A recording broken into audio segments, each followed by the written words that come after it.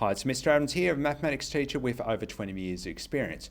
In this video, I'm going to recap all my cryptocurrency videos. So this is the way that you can just skip all the videos and just go straight to the summary notes at the end.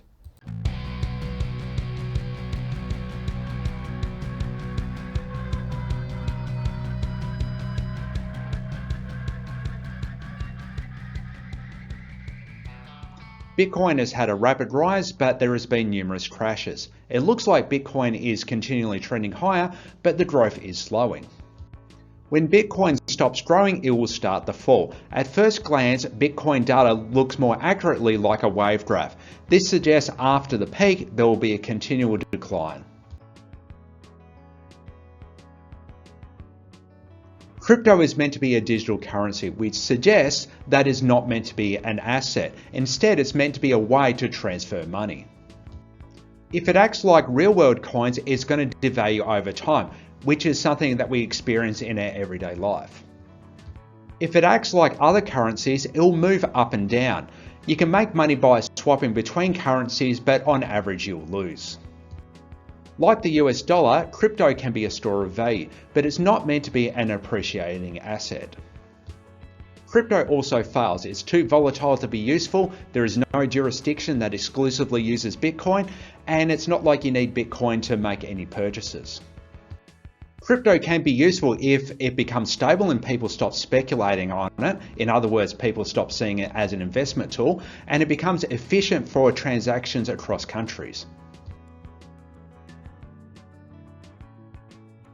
I believe that crypto will fall because it costs money to maintain the cryptocurrency system.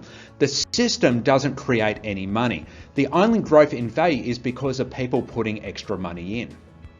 When people stop putting money in, the price starts to fall. Any currency system around the world requires governments to financially support it to function. I don't know when it will fall. I have a mixed record at trying to predict when something will happen, but I do have a good record of understanding the underlying principles.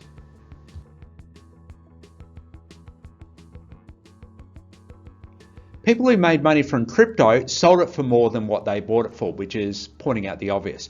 But you can make money from buying anything provided that you can find a greater fool to buy it for more later on. Real companies have a dividend yield which increases as the price falls, so this is a natural break. Crypto doesn't, and a falling price can cause panic. Crypto doesn't make money, and there are costs in maintaining the whole system, so it means on average people have to lose when investing in crypto.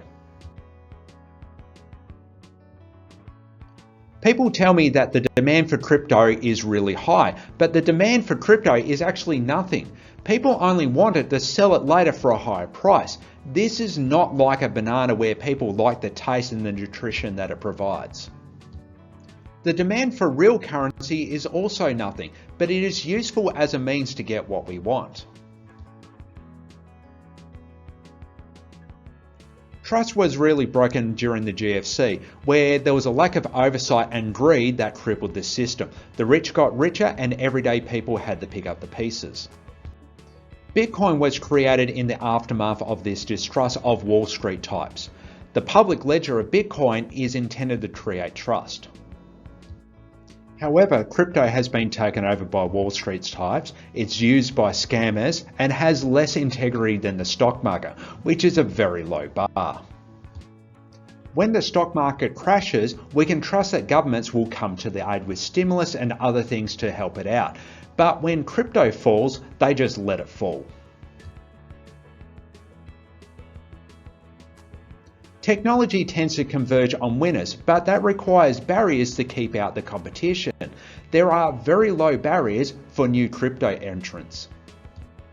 Countries could use crypto, but there's no incentive for them to buy out an existing currency because that would be really expensive. Instead, I believe they would create their own so it'd be secure and they could have control over it. Bitcoin is currently winning, but it uses the energy of a medium-sized country to sustain itself. If there's going to be a winner, it'd surely be something more efficient. If you've watched all my videos to this point, thank you so much. I really appreciate it. If this is the first one, I hope that this summary has intrigued you enough to go back and watch my other videos. Thanks for watching. Please subscribe and hit the like button. Please leave a review and a comment.